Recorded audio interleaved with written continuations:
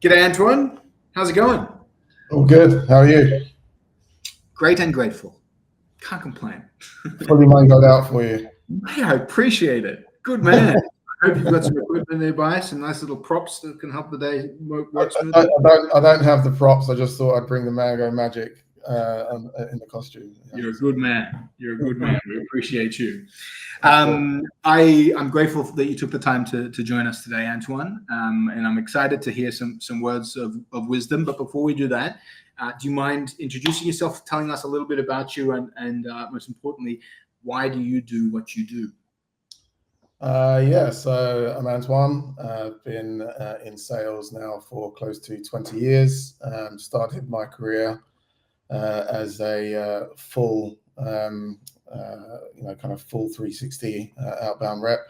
And I guess I always knew that I was going to be in sales in some capacity. It's something that I showed a bit of a flair and a talent for during my school years, and yeah, that then kind of led me down the path of getting into the sales profession, going through a number of different corporate sales roles. Eventually started to lead sales teams and divisions, and the entrepreneurial knack never kind of really left me, but I knew that there was a lot to learn through the corporate jobs that I had. So 2019, decided to make the jump and went into business for myself. And since then, I've had a couple of businesses and now founder of Outbound Works. And the reason why specifically I'm in this part of sales is because it's one of the most difficult to actually perfect. It is where most businesses experience huge challenges, and if you don't understand the fundamental things that you need in order to take your message to market, in order to take your product to market, and the types of conversations that you need to have in order to generate that interest, then you're never going to be able to build your company. And so we found a lot of people struggle with this. We found that there's a lot of interest in how to improve these areas, and it's innovating all the time. So really staying at the forefront of it is what keeps us really fresh and really focused on the things that are going to work and things that don't work. And it's my happy place. So that's why I'm here. That's awesome. That's awesome. So in your day to day, what's the big thing that you're noticing? What's the say in the last 3 months? What's the big challenge that you've been hearing from people? I think the biggest challenge that I've been coming across is people are finding it just harder to get into conversations. They're finding it harder, whether it's through cold calling. They're finding it hard to get conversations on the board and actually get into those conversations with people. If they're emailing, their emails aren't being seen anymore, or they're not getting enough responses. If it's on LinkedIn, people are finding that the engagement is tough to build on LinkedIn and to get people's attention. So I think all around it feels like there is this shift away from wanting to hear from sellers and wanting to hear from people that are trying to get some kind of conversation going around a product that people may or may not need. So what do you do? How do you fix that? It's a great question. I think that one thing that is important and will remain the same is that people are always super curious about what is out there in the marketplace, and people are always battling a problem, whether they tell you or not. There is always something that they're looking to try and achieve. How you put the information in front of them is where you can start to build your kind of point of difference. So if everybody's sending out cold emails, like I can't remember the stat now, but you need to send 300-400 emails out per day to build up a significant kind of a response pool. But then you're doing that in a market where other competitors are sending 300-400 emails a day to the same audience. So in terms of the content that you put out and how you put that content out, giving away what you're doing, and so that people can have a guide to be able to understand, all right, cool, I actually don't need to use this person's services. They've given me a kind of blueprint for what I can use. But now they've also elevated themselves as somebody that I would like to come back to if I can't actually figure out how to implement this or implement this in a way that does deliver results. So I think there's this really big push towards that kind of that model of giving, like give away the information that you have, give away the expertise that you have, because you're really going to be best placed to be able to implement that in any business. But when there's lots and lots of organizations saying we can do it, come to us and give us your money and engage with us and we'll do it for you, I think that the stronger brand is the one that says, look, here's what you need to do, this is how you'll do it, this is going to get you results. And if you're finding that this is taking up too much of your time, or you feel that it doesn't get you what you need to get, then you can have a discussion with me. I'll tell you where you can fix that. And then you can look at whether or not it makes sense to engage me with this so that I can build that for you and deliver the results that you need, or whether you then have enough to still go on and do it yourself. I think we are living in a world where everybody's instantly trying to get that kind of cash in the bank from people. Whereas actually you need to leave deposits first, right? You're leaving those deposits with other people first before anything comes back to you. And that waiting game is something that, there's not too many people that actually look at that waiting game and see it as a positive thing. So I love it.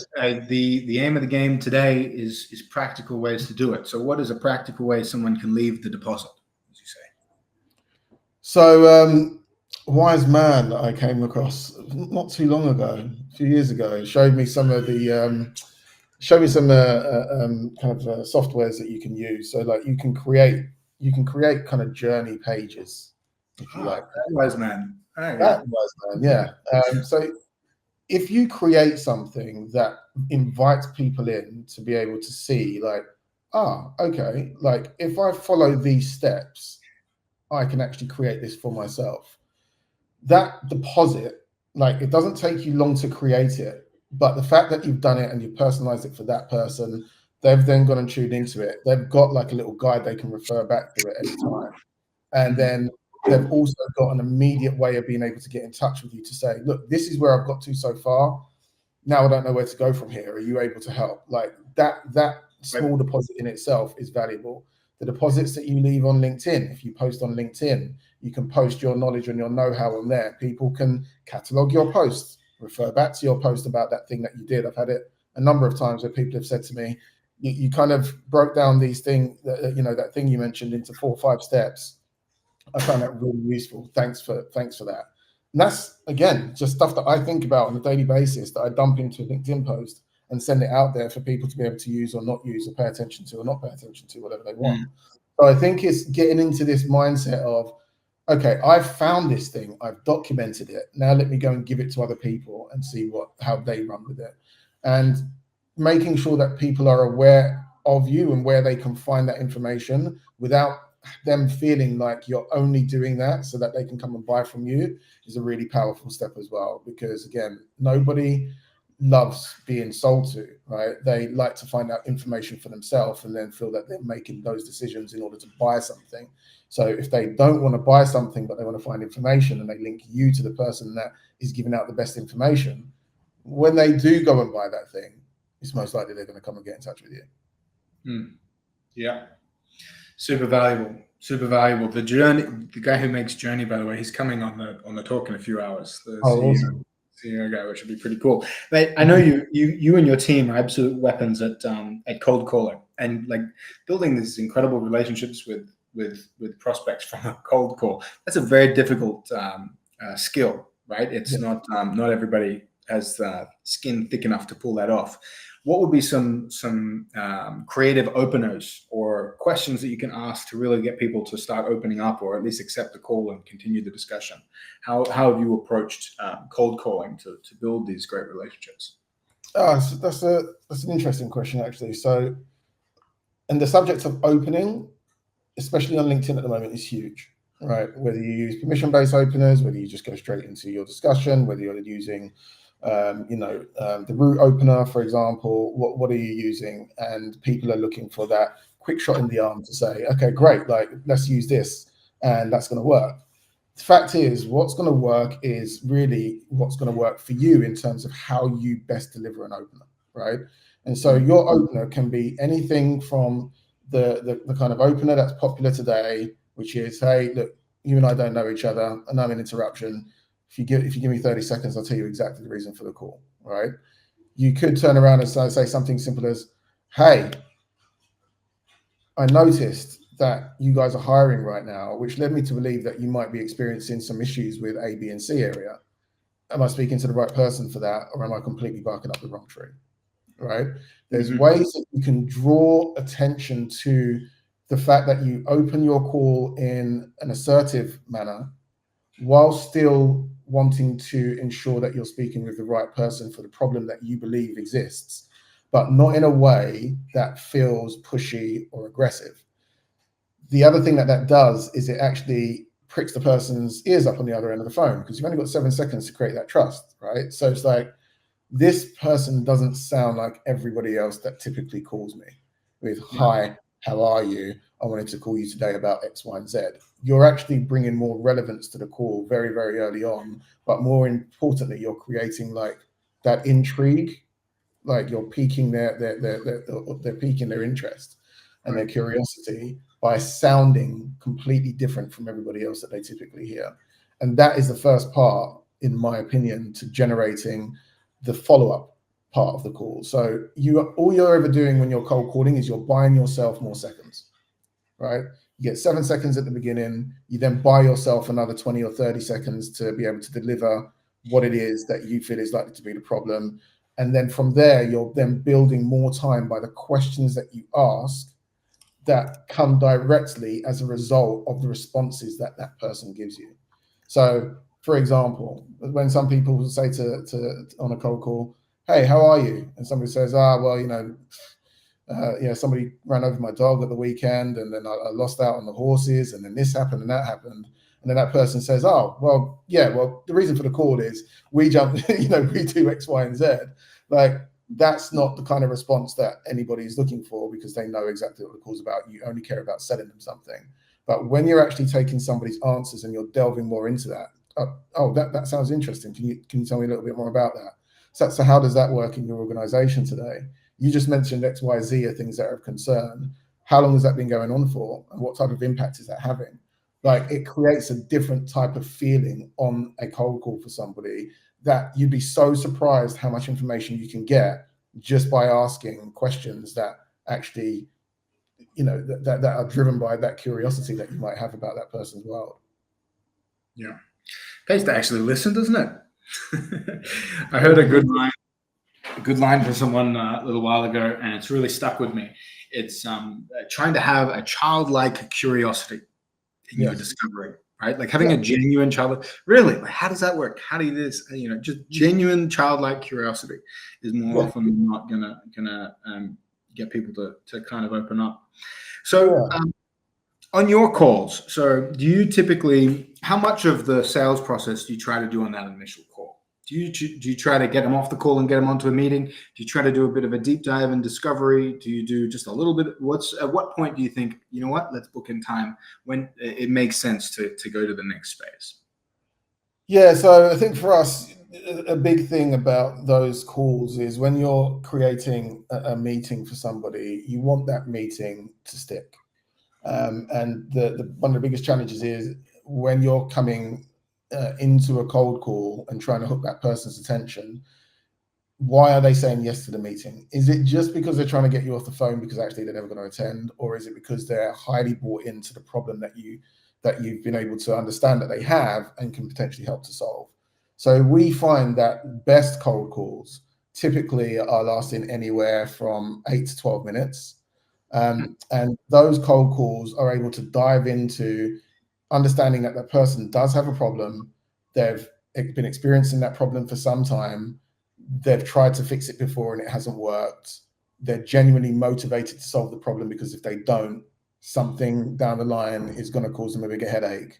And the impact of that problem is actually wider spread throughout business. So there's personal pain, there's business pain, and there's motivation to actually get that solved, so it allows them to go on and do something else. And so once we get to really understanding that all of those different kind of parameters and criterias, that's then when we go in and ask for the meeting. When we go and ask for the meeting, we then qualify against their likelihood to attend the meeting and what's going to kind of happen on that meeting. So it's almost a bit of an upfront contract to say, this is the things that may or may not happen on that next call. Are you okay with that? Does that make sense for you? And are you still happy to attend on the basis of that? And is there any reason that it's likely we'll be on a call that day looking into our Zoom screen or our Google Meets and just seeing that we've been ghosted? And once you can kind of build a little bit of, I guess, humor, you can build a little bit of vulnerability into it, but you can also show that like you are consistently qualifying against the expectations of the next steps. They're going to see that this is something that you can do for them. And that's where the kind of lights go on, right? It's like, if this person were representing my company and doing this for my company and speaking to my prospects in this way, I would be pretty sure that then the next call that I'm going to have with that person is going to lead into a very good discussion, because I understand what their problems are, why the problems exist, what they've done to try and resolve it, you know, how they're actually managing that in-house today. And then from there, be able to say, okay, great. Well, the reason that they're sitting with you is because these things need to be resolved. So hopefully that gives you a bit of context around how we kind of build out our cold calling process. Yeah, that's definitely one of my favorite. If you can, especially in the business that we're in, but if you can have prospect be part of your sales process that you are selling to people, and you go, you see how we're doing this right now?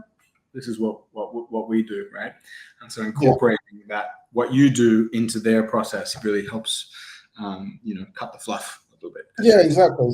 It's like the old adage, right? It's not what you sell, but it's how you sell. So when you can have the best product in the world, and you can have the salespeople get on the phone and just push products and features and benefits, and people don't care about features and benefits. They care about the problem that they have and how they can resolve that problem. So if you're having a conversation about how it shows up in their world and the types of things that they've done to try and resolve it and why those things didn't work, and where else that's having an impact, like these types of things bring out responses from the prospect that allows you to then ask even more in-depth questions. And that makes it look and makes it sound like that you are thinking about the problem, that you are trying to understand the problem, and that you are in one of the best positions possible to help them overcome that problem. And that's what then builds that trust even further, still on a cold call, and then allows them to feel more confident in a follow-up discussion with you being worth their time. And that's one of the biggest things that you have to be focused on. Is this going to be worth their time? If it's not, you need to disqualify that and you need to move on, because you're not the right person to help them with that. Or maybe there's somebody else that you can put them in touch with that can help them better than you can. But if you can, then it's your duty to ensure that you give them absolute confidence that the time that they're going to spend with you is going to be worthwhile. Yeah, 100%. So let's say you're a head of sales or a CEO. You're someone who's extremely focused on revenue generation.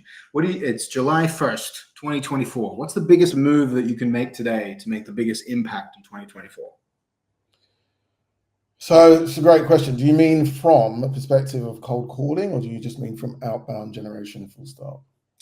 I mean, you're a sales, you're responsible for revenue, right? I've got to figure out, what am I going to do right now that's going to make the biggest moves, right? What are the specific things that I could do to make the biggest impact to my number as a revenue contributor? What do you think? Yeah, it's a good question. There's a couple of ways you can look at it. I think one, definitely you need to be looking at look at your past pipeline. So who have we spoken to before that we were close to and we could have pushed over the edge but didn't? Who did we speak to that was a good fit for us, but for some reason it wasn't a good fit for them? We need to look at our past kind of engagements, right? And how far people got through the funnel, where they dropped out, and then address those. Like, how can we go back to them this time? What can we go back to them with that addresses the challenge or the concern that they had at that time? You're going to find a load of gold in there, 100%. And then I think, being able to re-engage with anybody that's come into contact with you that was not an immediate disqualification. So no matter how early on in the process they exited that process, as long as it wasn't because you know, you didn't offer the value that they needed, or you didn't offer a solution that they needed, or, you know, you just weren't the right kind of company for them to work with, there's going to be areas in which you can address. And so you want to look at those areas, you want to look at where the company is at now, and then you want to focus on being able to kind of re-engage them with a new area or a new direction or a new topic where you're going to be able to help them. I think the other thing is that you need to be consistent in your execution. So when it comes to outbound, a lot of the things that we see here is that people speak to somebody once or twice, they never speak to them again. 12 months later, they find out that they've engaged with another company. So if you are going outbound and you are operating on cold lists, or even if you're operating on semi-warm lists, you consistently need to be in front of your customer, whether you are dropping in information every kind of 3-4 weeks. You're doing that in a way like, oh, are you going to be in London? Maybe let's meet up. Oh, I'm going to be at this event. Are you going to be there? Like, these little touch points always keep you front of mind. And so I think you need to be really kind of bringing together all of those different kind of avenues and pooling them so that you start to build a bigger pipeline from the opportunities that you could have won but didn't, from the opportunities that weren't right for you then but could be right for you now, and for people that are consistently seeing your name and thinking, okay, yeah, I need to meet with him, I need to get in touch with him, there's something that we can discuss. And by doing that, you're going to create lots of different opportunities for yourself that all come through work that you've already done, that you just need to capitalize on, and you just need to push a little bit more, and from work that you are building on, which isn't going to come to fruition in the coming months anyway, but you're in pole position to be able to take that further than you know, your competitors could do, because of the fact that you have kept in front of those people. I love it. It's the follow-up game. The follow-up game, I think every sales org has a follow-up game problem. You know, actually following up with people properly. So if you were to pick your favorite sales tip or favorite sales technique, your favorite sales opener or closer, what would be one of your favorites, and from a sales leader or sales trainer that you respect or just self for or whatever? What would be a good technique? That's a tough one, but I would say, and it might sound counterintuitive, but finding all the reasons why somebody should not work with you. Right? The more that you can get those things out in the open when you're in a conversation with somebody, you know, we've been speaking for a while now, and I get the feeling that you know exactly what you need to do and how you need to do it. So, you know, it doesn't really feel like you need to engage working with us. It feels like this is something that you can do on your own. Naturally, people are inclined to come back and tell you why that's not the case, and why actually, even though they might know what to do, they don't have the time to do it, or they don't quite have the capability within the team to do it, or whatever the case may be. But the more that you push back against why you should not do something for someone, the more they will push back towards you and be like, no, actually, like, come, like, I think that we can work together, and this is why we should work together. And actually, that makes the whole relationship stronger. Because again, it's not about you pushing your ideal onto somebody to say why they should work with you. It's about them realizing that actually you're the best partner to work with because of how you sell, because of the way that you present yourself, and the way that you present an argument, and the fact that you would be able to represent their brand in a way that they find consistent with their values. Yeah, I love that. Position in a way that gets them correcting you or coming up with the objections that you. I love that. Perfect. Amazing. Antoine, I know we have a habit of chatting for longer than this 20-minute period, but that's what we got. And so I see there's loads of questions in the thing, and we've got loads of people streaming this, but we'll direct them all at you afterwards. Thank you for taking the time. Appreciate you and everything you do.